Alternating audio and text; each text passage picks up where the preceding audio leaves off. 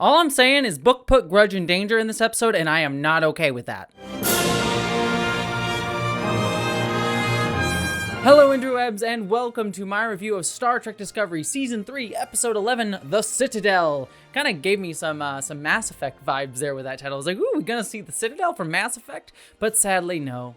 Sadly, no. But regardless, I'm going to give you my spoiler-free thoughts up front, and then we're going to dive headlong into spoilers, because there's a lot of spoiler discussion to have in this episode. But like I said, spoiler-free thoughts up front, and I will say, right up front, I adored this episode for most of its run. I was actually sitting down and being like, oh wow, I really am loving this. It's addressing pretty much every concern that I've had to this point. Without, again, spoiling too much, it made the burn feel pressing. It made it feel like it was an issue that we need to go address right now. It also made the Emerald Chain actually feel pressing and like an important issue that we need to be dealing with right at this moment. As I've said numerous times before, one of my biggest problems this season, especially in the back half of the season, the first half of the season had less of this issue because at least we had the instigation of looking for Starfleet and looking for where the Federation is. But the back half of this season has very much had this like lack of forward momentum. Like it keeps telling me like, we need to solve the burn. We need to solve the burn. And I never felt like it was that pressing of an issue that we need to solve right now because it was a 100-year-old mystery. And so I was interested by it. I wasn't necessarily compelled by it. But this episode really, really fixes that up. And it also brings out the Emerald Chain as a really big problem that needs to be dealt with. Outside of that one episode, I believe Sanctuary, the Emerald Chain really has just kind of been a background simmering element that, again, didn't really feel like it was that much of a threat or that much of a pressing issue. Definitely much more of a pressing issue than the burn, for sure. But nothing that really wove into the plot all that naturally or like felt like it was like tying into the main ideas or themes of the season. This episode fixes all of that. Both the Emerald Chain and the burn are front and center of this episode and are addressed in really intriguing and ways that I didn't necessarily expect in both situations. It also made the Emerald Chain much more interesting, especially Osira was much, much better this episode for me. I thought she was just kind of like a dull one-note villain last episode, and to be fair, she is kind of still that here when she appears without spoiling exactly when and where she appears. But she is given a little bit more to do. She gets to chew the scenery a little bit more, and I just kind of enjoy that a little bit more. She's a little less bland and much more intriguing. There's also some really beautiful character stuff. I am loving this season how each individual episode is, again, focusing more in on characters and characters beyond Michael Burnham. And this episode, Doug Jones, Saru, gets to be front and center. And again, without spoiling, in a fun way that we've never gotten to see Saru be before on the show. And I love the chances that it gives Doug Jones to show as an actor throughout this episode in ways that he really hasn't done, definitely in Discovery, and hasn't been able to do a whole lot even outside of Discovery and other elements of his career, because he is a truly fantastic actor, and I'm really glad that this episode gives Doug Jones so much to shine through here. And there's also some fun stuff with Tilly. Tilly gets some really great moments. Again, I feel like they're pushing her character a little bit further than would be natural, because they kind of want to get to this, like, Tilly should be, a captain, and sort of setting her on that route. And so doing things in this episode to kind of push her ahead and speed her along in that journey then probably would be natural over the course of a few seasons of the show, and they're just kind of jumping ahead. But for what it is, taken for what it is, I do love everything I adore, actually, everything they give Tilly in this episode. So a couple like hitches here and there, but generally I think it's a really, really strong episode until the end. And again, this is going to have to be kept mostly towards the spoiler discussion, but there was a couple decisions I was like, oh, if they do this, I will be pissed. And they slip in a couple things. I'm like, okay. You're not going that route. Thank God, because if that had happened, I would have been so angry. And we'll talk about that more in spoilers. But again, I have to talk about one more thing here in my non-spoiler review, but in kind of a clouded way, just to sort of give you my thoughts. They start to address one of the season-long mysteries in this episode, and I can see how it's going to be very contentious on what is played out in this episode and what is revealed. I don't hate it. Now, I don't love it. I'm not sitting here saying it's the best thing ever, but I don't hate it. And I'll talk about that more in spoilers. Something else didn't mention, that it's a wonderful sort of fairy tale-esque kind of story, reminding me of like M.C. Escher, Red Riding Hood, even Alice in Wonderland, which is something that's been referenced throughout Star Trek Discovery and throughout Star Trek from its very first season of the show. Alice in Wonderland has been part of Star Trek. So I love all these interweaving elements. I think there's some really beautiful character moments, some really interesting plot developments for the overall season arcs, with some caveats here and there. So generally, I think a very, very strong episode. that I have to dive into spoilers to be able to discuss more thoroughly. So if you haven't seen the episode yet, you can jump off here. I wish you all a Merry Christmas if you celebrate Christmas, and if you don't, I just hope your new year is wonderful, even though we'll have one more review before the new year. But beyond that, I hope you live long and prosper, and let's dive into spoilers. Okay, I'm going to go through scene by scene and give you my scene by scene thoughts now that we're in the spoiler section, but don't worry, we will be talking about the burn. That is the thing I was being kind of veiled about in my spoiler-free section, but we will be talking about it, don't you worry. So we start off with our funeral scene right after last episode, and I like that it gives us a moment between Stamets and Adira. It wouldn't have felt natural last episode to put it there, so I like that it was sort of pulled out into this episode, but I love the moment between Stamets, Adira, and Gray showing up, and Stamets like looking at Gray's like, I would give you a piece of my mind. And I love Adira being very, very hurt by Gray abandoning them, and not being there for them throughout the past few weeks. I can understand their hurt, but I like that Gray is upfront with his isolation in his hurt and his pain. And I feel like we're setting up a storyline for Gray here about the fact that he's been isolated, and they keep hinting that he's going to be back next season. I even spoke with Ian Alexander, who did confirm he will be in season 4. So that tells me that he's going to be probably in some way, shape, or form being able to come back as a living person, or at least some form. And I have hints towards that. I think that they're going to make Gray a hologram based out of what we see where Adira goes at the end of this episode. So I'm wondering if Gray is going to come back as a hologram of some sort. But I like that he's feeling lonely and isolated because he can't talk to anybody. That fits the theme of the season very, very well. And I love that Adira understands that while also acknowledging that Adira was hurt. So wonderful little scene right here. But then we get the signal getting discovered and sort of decrypted. And we learn that there is a life sign on the origin of the burn inside that nebula, which obviously is intriguing to Saru because he reveals that those dots that we saw 2 episodes ago were not radiation burns, but actually that the Kelpian was pregnant, which is a really fun little twist. And I like that they seeded it a few episodes ago and pay it off here and sort of like set up that small little, setup and payoff 2 episodes later. I thought that was really, really great. And a good reveal that there was a child on the ship, though they keep calling the character the child throughout the episode. And I keep thinking like Baby Yoda, Grogu. But then we get the sequence where the Discovery Spore drives into the nebula and tries to get in. And I thought that this was very impulsive on Saru's part. And I like that they were sort of seeding that here without being on the top on it. Like he is making bad decisions. He really wants to get into this nebula and he's endangering his crew to get there because he really cares about the Kelpians. And that makes sense. He hasn't seen many Kelpians since they got to since he joined Starfleet in general way back in the 23rd century, and probably not at all since he came to the 32nd century. So I like that, like him feeling this need and sort of being emotionally compromised there. It makes perfect sense to me, and I like that they built that up through the last 2 episodes as well.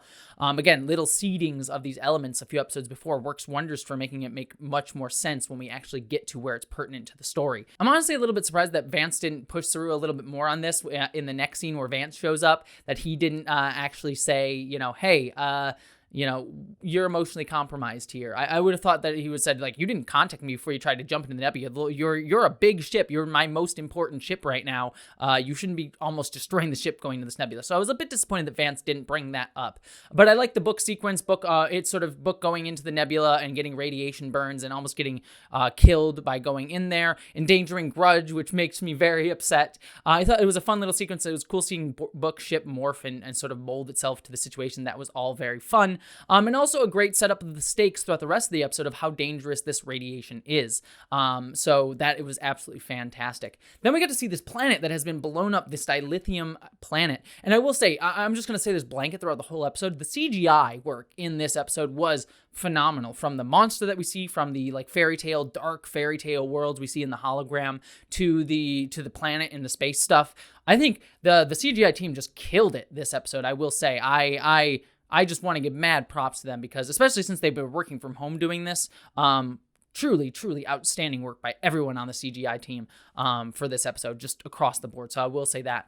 Then we get the great scene between Vance and Saru. Like I said, I'm sad that Vance didn't push back on Saru a little bit more, but I did like the acknowledgement that Vance is like, okay, you're making Tilly be in charge. It's your ship. You do it, but bit questionable in my opinion, but I like how he doesn't necessarily call it out. It is what it is. And so again, that's sort of getting to this idea that Tilly is being kind of pushed into the captain's chair a little bit faster than I think is natural for her character. And I think we've all talked about that through the past 2 episodes. Is she's gone from ensign to first officer to captain very, very quickly. So it's just kind of like speeding along her arc a little bit too fast. But if we're just gonna take that as it is, I liked what they deliver here, and I like that, Burnham's being super supportive throughout all of it. I thought that was all very well done. Again, feels a little bit forced, but if we're just going to say, hey, all right, it is what it is, I like how they do it. It's the best way to execute this. We also get that wonderful scene between Burnham and Tilly, speaking of that, and I thought that was one of my favorite scenes of the whole episode. It nearly brought me to tears and just absolutely warmed my heart to the connection between Tilly and Burnham, and just sort of paying that off, and their connection to Georgiou, or Tilly or Burnham's connection to Georgiou. The idea of the burr under the seat is such a unique, specific touch that I really love Discovery doing every once in a while, where it just really just makes something very specific and personal. Like the fact that it was just a little burr that gets passed down captain to captain, like Georgiou passed it to Saru and Burnham, and now Burnham passes it on to Tilly.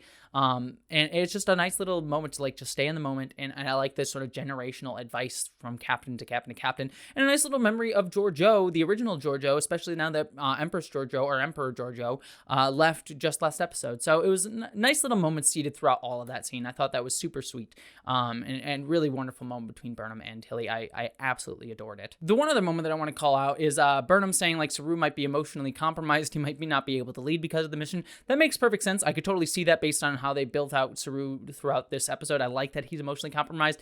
It is a bit funny that criticism comes from Burnham, of all people. Not to overly criticize Burnham, but it's kind of like, you're the one that's questioning command decisions here of Saru? Okay. Again, I don't want to be overly critical of Burnham, because she makes a fair point, and I totally acknowledge that, and I don't want to be like, oh yeah, how dare you, Burnham, acknowledge the situation, who are you to say?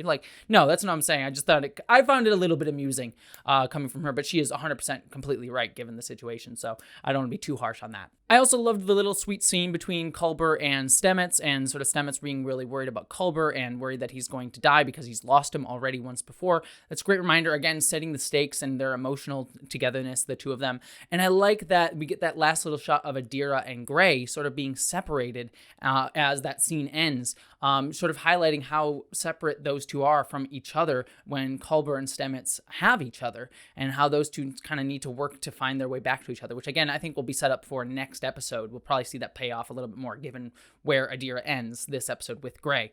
So I'm liking those little seeding of those emotional moments being, set up and then probably teed off in the next episode. So a wonderful job sort of setting that up visually here. Always love that when things can be set up visually. So here's where I'm going to separate the two storylines. I'm going to just talk about Discovery's storyline, and then On the Planet storyline going after the child, Baby Yoda, as you know.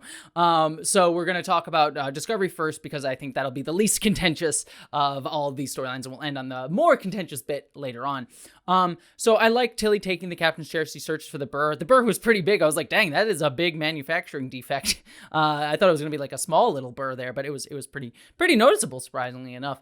But I enjoy that she focuses on it, and then she's able to focus and be captain. And I like Detmer and Owo kind of having the smile to themselves. I thought that was a smart. For some reason I can't add the T there. Smart little bit for that. But then we have this fun little mystery. It's very short, but kind of creepy, to be honest. I had this creeping dread throughout these small moments, even though it was only 1 or 2 scenes where they get a Federation signal. It's like, a Federation ship out here? How did it get out here? That seems weird. And then them realizing it's actually Osiris' ship, and it's the big sort of hulking ship thing. That it just keeps reminding me of the ship from Nemesis, the Scimitar, her big Osiris ship, the evil ship of doom, it looks like. But I thought that was appropriately creepy and appropriately good setup. I will say it is a bit yada yada. Oh yeah, there's a transwarp hub that we don't really want to talk about, and that's how she got out here, because convenient. So that it's a bit of a plot convenience, but again, I like what it's being set up here, but it is a bit of a, yeah, she got transwarp.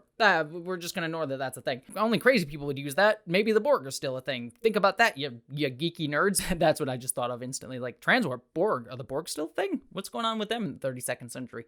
Because we haven't got any canon information on that. that, though, read Star Trek Destiny if you haven't read the Star Trek Destiny novels, because it addresses what happens to the Borg, and they're the best books ever done for Star Trek. So read the Star Trek Destiny novel books. Anyways, back to the actual plot at hand. I love the standoff between Tilly and Osyraa. I think that was a lot of fun. Not only Mary Wiseman just being a boss. I loved Mary Wiseman just constantly giving it back to Osyraa. Truly wonderful job there by her. Again, a little bit of a forcing her a little bit, but I like that she's being forged in fire and she's able to give it back. She's able to stay in the moment and be the captain that we all know her to be. I know some people probably feel like this isn't Tilly, but I like that she's built that confidence for herself. It is, again, a little bit sped along. I do think it has been sped along a lot faster than would be natural. It was one of those things where I would have rathered see Tilly just naturally become captain over the course of like the entire series, or, you know, at least a couple more seasons or things like that. So I'm a bit disappointed in the speediness of this. But again, taking it for what it is, just saying, okay, this is where we're going to just be.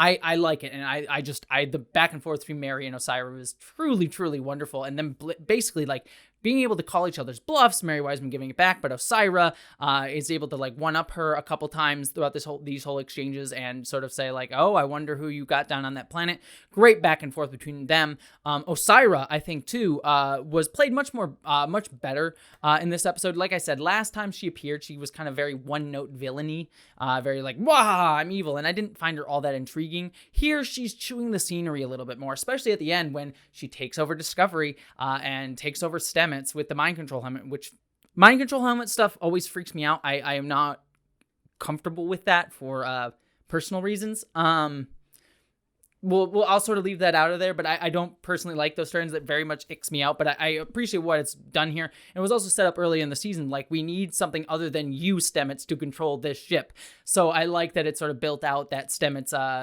pays the price for not fixing Discoveries to be run by someone else. Just personally weirds me out a little bit for my own personal reasons, and I'll sort of set that aside. But it was good for what it was. And again, Osyraa just, sitting down in the chair, taking over the captain's chair, sitting like a boss. I adored that, and I like that she's getting to chew the scenery a little bit more and feels a little bit more fun. She is still a very one-note villain, like, wahaha, I'm evil, but she's just played a lot more fun. And again, as I spoke before, this makes the Emerald Chain, now that they have Discovery and can go after Starfleet and the Federation and take everything over and have the most powerful ship in the quadrant, essentially, I like that it makes the Emerald Chain a real threat. They've been this background simmering element, and I'm like, okay, they're there, and they're a problem, sure, but I don't know why I necessarily care all that much for the story being told.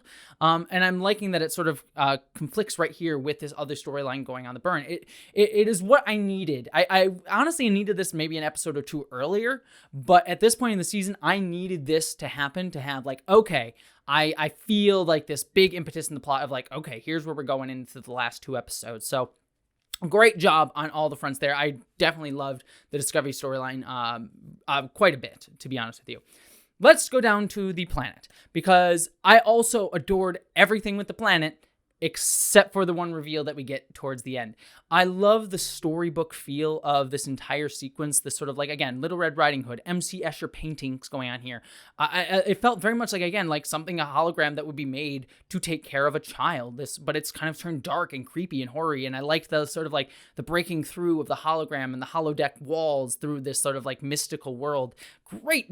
Just great art choice design. I always loved the like dark fairy tale idea, and I think they just did it beautifully here, marrying those two things. I also deeply adored the fact that not only Burnham got to be a Trill and Culber got to be a Bajoran, which I do wonder, how do they know what Bajorans are? I feel like the crew of the Discovery would not have met Bajorans, but maybe they met or learned about Bajorans over the course of the last few weeks that they've been with Starfleet. But I was just like, oh yeah, would they know what Bajorans are or who Bajorans are? But anyways, Doug Jones gets to be human and doesn't have to wear all the makeup. And I was so excited about that. He gets his moment to shine, but it also had me worried. This whole episode kind of had this setup, and I'm talking about it here because it's going to be talked about later on. The whole episode kind of seemed like it's setting up like this is the goodbye to Saru. Like Doug Jones is getting a big moment. It's his big scene. They're paying off that he's like making mistakes as captain. They've been setting up the past few episodes, like with George O saying to Burnham, like, you deserve to be captain. And Burnham saying earlier on, like, Saru's making captaining mistakes. They set up this like ticking clock of the radiation that people could die here. I like that ticking clock. It raised the stakes for these moments, why they had to get through things very quickly. But I was just like, is Saru going to die? Because if Saru dies, I'm going to riot, because I adore Saru, and Discovery does not have a good penchant for keeping around its captains. Every season there's a new captain of Discovery, so it would not surprise me if Saru died, and so I was terribly worried about that this entire episode. But getting beyond that, and we'll talk about that a little bit more towards the end here, I love them sort of exploring the world, getting to see these paintings, and the sort of monster thing, like very much a conceit we've seen throughout Star Trek and science fiction and fantasy in general, like, oh, this sort of hideaway space, it's like basically in this guy's mind to a degree, and there's a monster in there that you need to confront your fears. Very sort of typical elements, but evoked very, very well here. I like that they sort of split off to go and learn stuff, with Culber and Saru going to find different holograms who are glitching right when we need exposition. They're like glitching just the right amount of exposition that we need for the moment. A bit convenient, but I like, it's a fun way to deliver exposition, a bit like convenient that it glitches right where we need the exposition. But it was cool to see, like, oh, you know, we get to see the day that the Kelpians joined the Federation, and sort of going through all these emotional beats with Saru, and we learn that the holograms are taking care of the child, and we're waiting for them to show up, but we're like teaching the child throughout this entire time in order to sort of prepare them for when they would be saved one day, and that it was created by his mother. It's very beautiful and very sweet, and the fact that it, you know, ties into their culture and Kelpian heritage, and that the mother thought to teach him his Kelpian heritage throughout this whole time when he also could be learning and educating himself as well. I think that's a really beautiful thing about generations passing on through the pain, and that's been kind of a theme throughout this season of Discovery, of like generational trauma, but generational learning, like passing things on. We saw that with the Trill earlier this season. So like cultural passing on. So I'm liking that continued evocation of the theme of like trauma through generations, trauma through time, but also passing on culture and beliefs through time. And I thought that was super sweet. And that's paid off again by this storyteller here in this episode, the Kelpian storyteller, who is the oldest Kelpian Saru's ever seen, even though he's a hologram. I thought that would hit Saru emotionally hard throughout everything. You know, his people didn't live all that long because of the Ba'ul and the great balance. And I like that we got scenes from the short trek throughout all that too. Really wonderful, beautiful moments for Doug Jones with that storyteller. And I like the idea that we get the child's name as this idea of this great gift of that it's sort of like part of Kelpian culture, that if you suffer a great trauma, the child is a gift. Again, evoking that beautiful theme of the entire season. The whole galaxy has gone through an entire trauma. The burn, the temporal wars, those are huge traumas that all of the galaxy have gone through, and the child is in many ways a gift of that. And so I thought that was again, beautiful use of tying personal in with larger thematic elements throughout the entire season and throughout this episode in specific. I think the writers just thematically are on point. And are really drawing it into character-focused episodes here. So beautiful, beautiful work. I adored everything with all of that stuff. I thought that was truly, truly great. The moments with Burnham confronting the monster was really cool and creepy, and appropriately creepy. I like that the monster's tied into cultural fear as well, that it's like representative, like the boogeyman for Kelpians. I loved that idea, and her confronting it, but it's not entirely evil. It doesn't want to hurt her directly. And it's sort of a representational hologram. I think that that's great. But then when she meets the child, I think that is truly, I don't know, it like weirdly warmed my heart. Su'Kal is the child's name. I just had to go and look right there.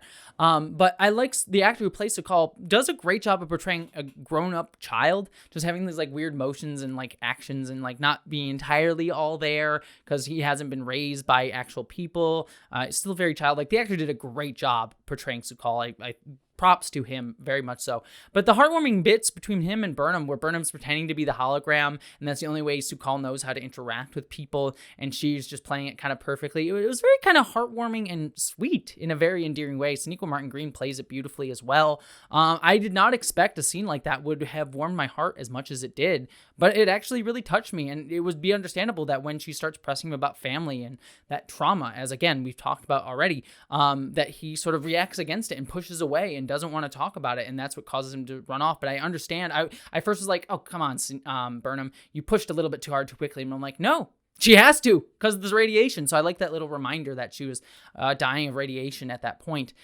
So really well played. I thought it felt true to both the characters, both actors bringing their A game, and it felt natural that Burnham would have made that mistake at that moment because she doesn't have a lot of time.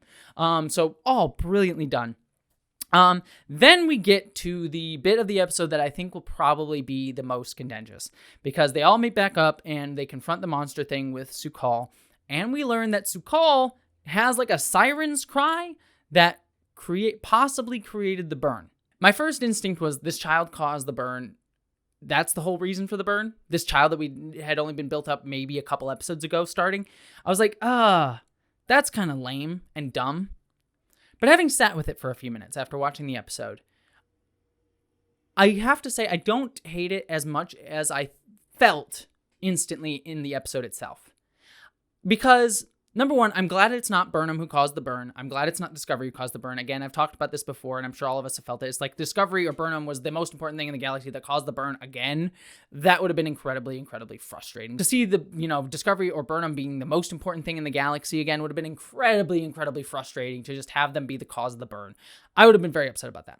So what does that leave us with potential options? In terms of my expectations. Well, the only two expectations that I had for the burn were, one, maybe it was caused by Starfleet or the Federation itself, which would have been interesting, like, oh yeah, the burn, or Section 31 or something, like, something within the Federation caused the burn, and so it's our fault that we have this, galaxy-wide trauma.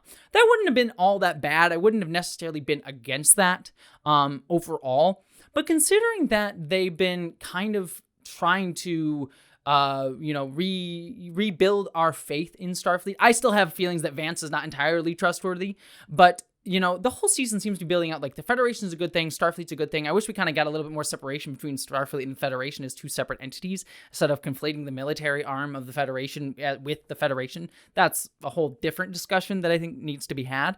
But, if we're trying to, say, like, this is an organization we want to believe in, to have that trauma, especially after having done the whole Vulcan episode, Unification 3, that was all about, like, oh, the Federation did not cause this. We didn't do this thing. We made mistakes. We expanded too far too fast, but, we weren't the evil ones in this situation. So to, back and make that the case, that would be a bit disappointing. I could see that sort of like being antithetical to what the writers of the show are trying to do. Would have been interesting, and it still theoretically could be the case. Like, maybe they were experimenting on the kid, and that's what caused him to have this power. So it still could be the case, and I wouldn't be against it. I find that interesting, but I also see that it running counter to what the themes of the show would be this season. The other option was like some big nefarious organization like the Dominion or Klingons or Romulans or some group that we've never even heard of before, which has already kind of been done in Picard season 1. I mean, we had the, I forget even their name, but the evil Romulan group that was behind everything there, that were very evil and had weird rituals that made them want to kill themselves, whatever that thing was. So I feel like having another nefarious organization would have felt a little bit like, okay, they're coming in here. So those are the only two expectations that I had. So both of them didn't quite entirely fit. So having it be this other thing, this kid, might work a little bit better. And I have to see how they pay it off in the next few episodes. Again, that's the constant refrain. It's like, I have to see how it pays off. Fortunately, that's just the case because it could be interesting. It depends on what they do with this character of Su'Kal, how they weave in the themes of the season with like trauma and pain and seeing how that ties into everything. And also sort of seeing like how the mechanics of this burn thing work. Where does the siren call come from? I don't necessarily have enough information yet. So while my initial instinct is like, ugh, I kind of hate that. I don't really like it. Sitting back and thinking about it, I'm like, okay, I don't hate it. I'm interested. Again, we're going to have to still wait and see till next episode to really learn a little bit more about this. So I'm curious. I don't hate it, but I'm not on the, like, I love it train either. But I do like that, again, that this child sort of made the burn a little bit more of a pressing issue. That, like, oh, we needed to save the child. We need to save the kid. It made the burn feel a bit more like a present threat. The big problem I've had with the burn, as I said, is it's been like this, like, 100-year-old mystery that I'm like, why do we need to solve it right now? But having this child be this thing that they need to go after and having him be the emotional catharsis for it makes the burn at least a little bit more of a pressing issue and address that concern that I had throughout the entire back half of this season. So very much enjoyed that bit of it. And then the final thing that I want to talk about here is the staying behind of Saru and Culber and Burnham staying here. It was a bit weird, that scene, because it was like, Saru's like, all right, you need to stay here, Burnham. I'm going to order you to stay. And then Burnham kind of arguing with Saru of like, no, you need to stay. You're emotionally compromised. And it was like a weird like moments, like she's arguing for him to stay and die. at that moment. It was just sort of like a weird acknowledgement that like it felt like a bit selfish to a degree. It's like, I don't want to stay and die, you stay and die, you're the emotional compromised one. I understand that's not where the characters were coming from. They were just realistically dealing with the situation, but it just weirdly read that way to me to a degree. But I was so pissed because number one, I was like, I don't want Saru to die. I could see it being, it would have felt a little bit out of nowhere, but I could see how they were building it up with like Burnham becoming captain if Saru dies and Saru making mistakes and being emotionally compromised and having these moments. It would have felt like a somewhat natural endpoint for his character, but I also would have been very, very upset because I love Saru so much. And he is honestly as much of a face of Discovery as Burnham is, arguably sometimes, if not more, just in terms of iconic imagery from the show, being like the standout alien of the show, kind of like Spock was over on TOS. So I would have been so upset to see him die. So I'm glad that Adira comes in and has like this, ex machina to save on the ship with Book. And so I like that, they came in with this sort of like savior thing here. So I like that idea. And like I said, I've already said that I think that might tie in with Gray's storyline as well, and maybe bring Gray back as like a hologram, because this is a big hologram planet sort of thing going on here. One thing I do want to quick mention is a bit of a plot hole / plot convenience is I was a bit bothered by the fact that why did Adira need to bring down the vials of radiation medicine at all? Why didn't the away team bring those with them in the first place? It just kind of felt like a forced piece of drama at the end there, as well as a forced way to get Adira to get on the planet at all, and to have a reason for them to be there leading into the finale and sort of cordon off those members of the crew from, the rest of the plot. So that felt a little bit forced, and I just wanted to at least acknowledge it. Maybe there was some explanation or reason that I missed, and I'd have to rewatch the episode, but just remembering it through my first viewing, I was sort of like, wait, why did Adira need to be bringing that medicine when they could have brought that in the first place? I was also barely really pissed, too, that Culber was staying behind, too. I'm like, you're going to kill Culber again? Why the hell would you kill Culber again? We just went through this whole storyline with bringing Culber back, and I would have been so angry that they would do it again, especially as an LGBTQ person. Burying your gays again would have been so upsetting. So I'm glad that there's still an ex machina in the mix. Again, we'll see. Saru could still possibly die. I doubt they would kill Culber. I would be kind of shocked at that, honestly, if they did that again. I will be very angry if that's what they do with Culber. I will be legitimately very pissed. But I don't think that's going to be the case. I have enough trust in them not to do that. But they could theoretically kill Saru. So we'll see how that all pays off. And I just like all this setup. Like I said, I have some mixed feelings on the burn and the answers to the burn. I don't hate it, don't love it. But everything else, the character work with Saru, the character work with all the other characters going on here, the character work with Tilly, the stuff with the Emerald Chain and building that out as a more present threat, very real threat right now that she has Discovery. All of that stuff was excellent, and I truly, truly adored it. So other than my tepid thoughts on the burn, I really enjoyed this episode. But enough about me. What did you all think about it? I'd love to hear all your comments below. I'd love to hear you subscribe to my channel. That was a weird way to phrase that, but please subscribe to my channel if you want more reviews and discussions of Star Trek Discovery and going into the finale. Also, I have a Patreon page where you can support me. And also, if you celebrate it, I hope you have a wonderful Christmas as well. But beyond all of that, I hope that you, as always, live long and prosper. Thank you to all of my patrons this month, but especially Amanda Ronye Idanya, Catherine Lambeth, Ashley Ellen Bokikio, Miranda Janelle, Eli Bergmoss, Ashlyn Solstice, Michael D., Greg Gillum, Stephen Kleinard, Ulysses the Pagan, Randy Thompson, Munir Amlani, Chamomile T., Stephen Schuhart, Wellington Marcus, Boyd and Mary Beth Earl, Wayne Twitchell, Ish the Mad, Buttoneer, Roar, Christina Dalliance, Dominic Noble, John Steele, Michael Beam. She sells seashells by the seashore of Bajor. William Stewart, Gavin Robinson, The Sir Spence, BBD, Hannah F., Nathan Olson, Jason Knott, Andrew Jorgensen, Chris Brown, Jasmine, Maeve, Bree Beecher, Subraxis, Skylar Gray, Nathan Steele, Jane Packard and Chloe Dollar, Wen Dizzle Bizzle, Gretchen Badger, Geek Filter, Bush, Celestial Dawn, Din, Sarah Bastam, Polly Mina, Jacob Tovar, Piston Twisted Garage, Lily, Jean Mithun, Andrew Lamori, Lysa, Zone 1 Librarian, Michael Hardy, Corey Honkanen, and KT Dunn. Thank you so much to all of you. You're quite literally making my dreams come true, so I cannot tell you how thankful I am.